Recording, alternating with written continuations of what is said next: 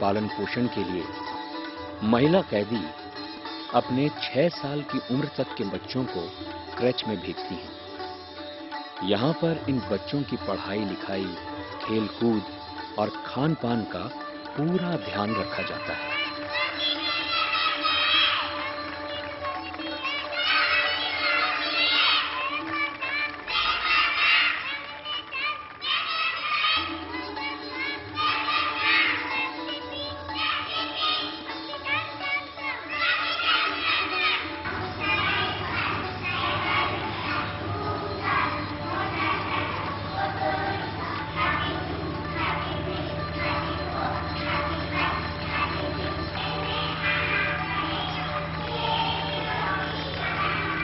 यहाँ पे हमारी कोशिश तो पूरी यही रहती है कि उनका मानसिक स्थिति उनकी ऐसी नॉर्मल रहे, उनके दिमाग पर इस बात का असर ना पड़े कि हमारे पेरेंट्स जेल में रह रहे हैं।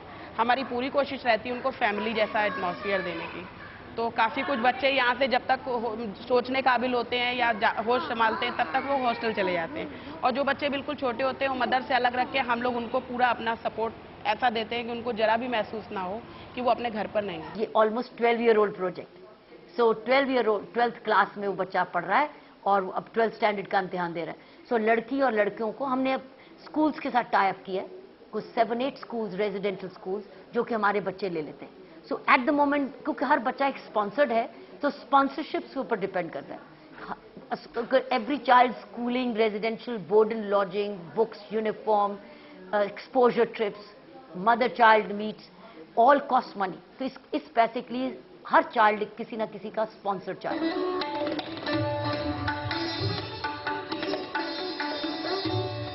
इन बच्चों के लिए संस्था कई प्रकार के वर्कशॉप्स का आयोजन करती है, जैसे हर साल लगने वाला समर कैंप।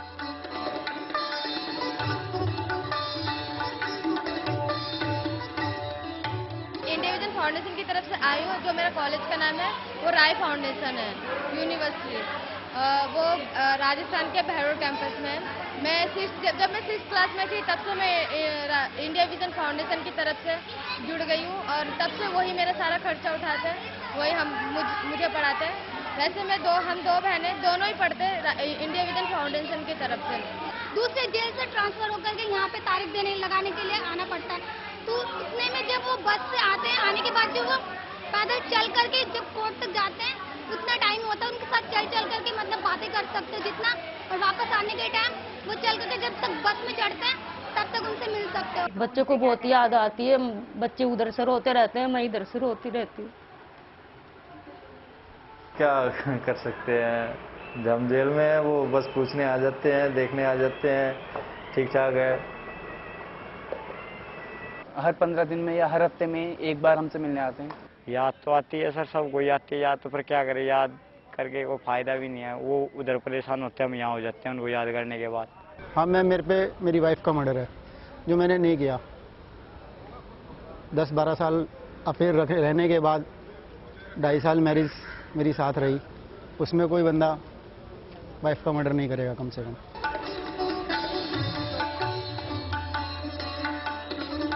जेल में चल रहे सुधार कार्यों की बदौलत ये कैदी बाहर निकलने पर एक सामान्य जीवन जीने की आशा रखते हैं।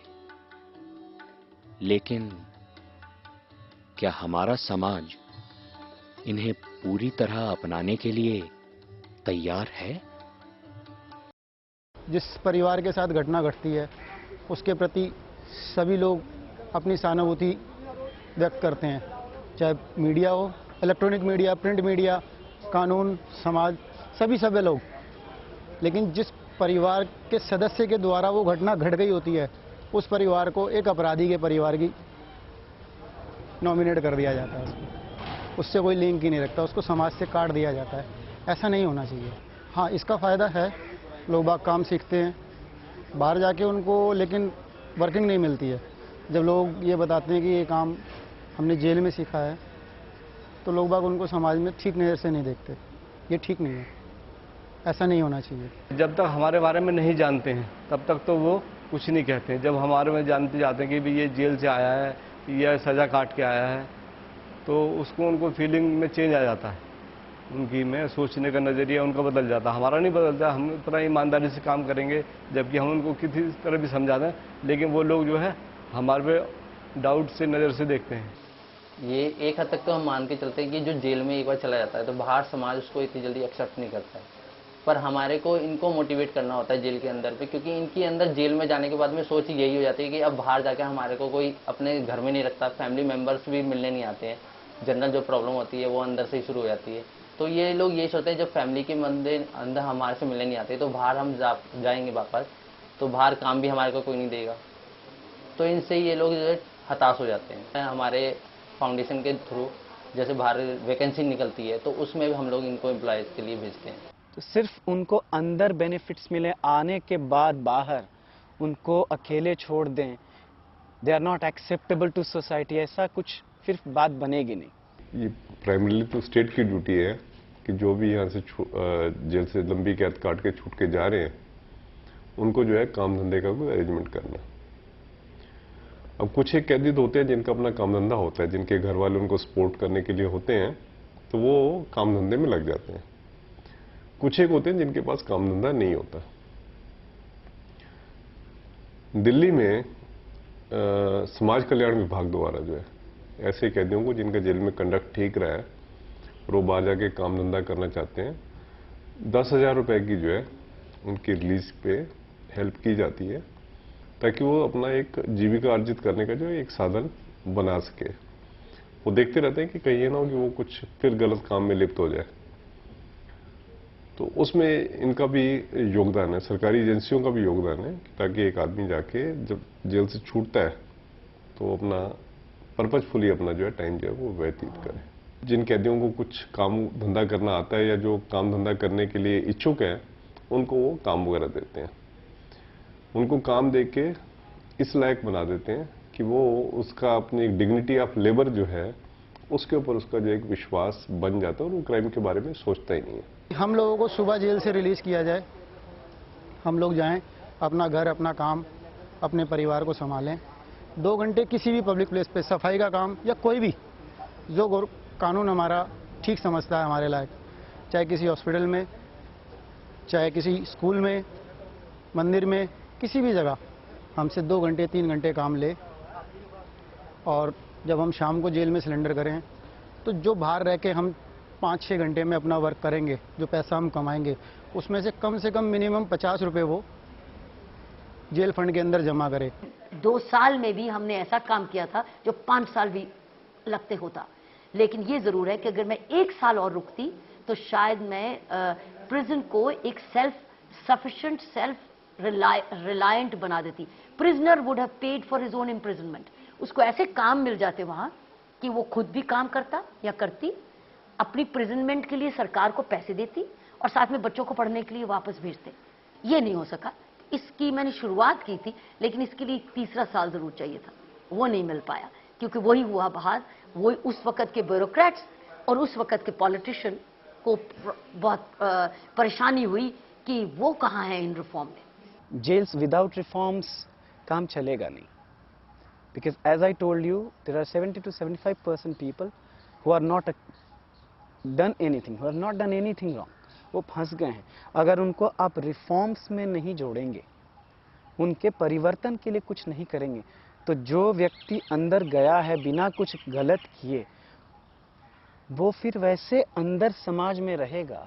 अंदर का वातावरण अलग है, वो उन्हीं लोगों के साथ उठेगा बैठेगा जिन्होंने कहीं ना कहीं कुछ गड़बड़ कर डाला, उसका फिर व्यक्तित्व में बदलाव आता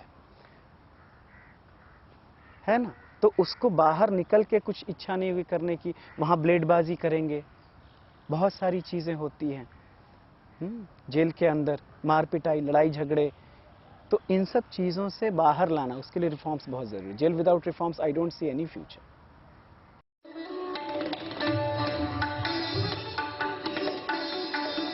बीता कल भुलाकर नए कल की आशा किए जाता हूं, छोड़कर अंधेरी राहों को उम्मीद की किरण देख पाता हूं। मैं पथिक हूं, चलता जाता हूं, जिंदगी के सफर को तय किए जाता हूं। दूर खड़ी मेरी माँ मेरा इंतजार कर रही है। देखकर उसकी बेचारगी मेरी भी आंख भर रही है। छोड़कर अब जुर्म का साथ सुधार को अपनाए जाता हूं। एक अच्छा इंसान बन इस समाज में जीना चाहता हूं। घुल रही हैं सलाखें, खुल रही हैं बेड़ियां। नया सफर तय करने को मैं कदम बढ़ाता हूं। छोड़कर अंधेरी राहों को उम्मीद की किरण देख पाता हूं।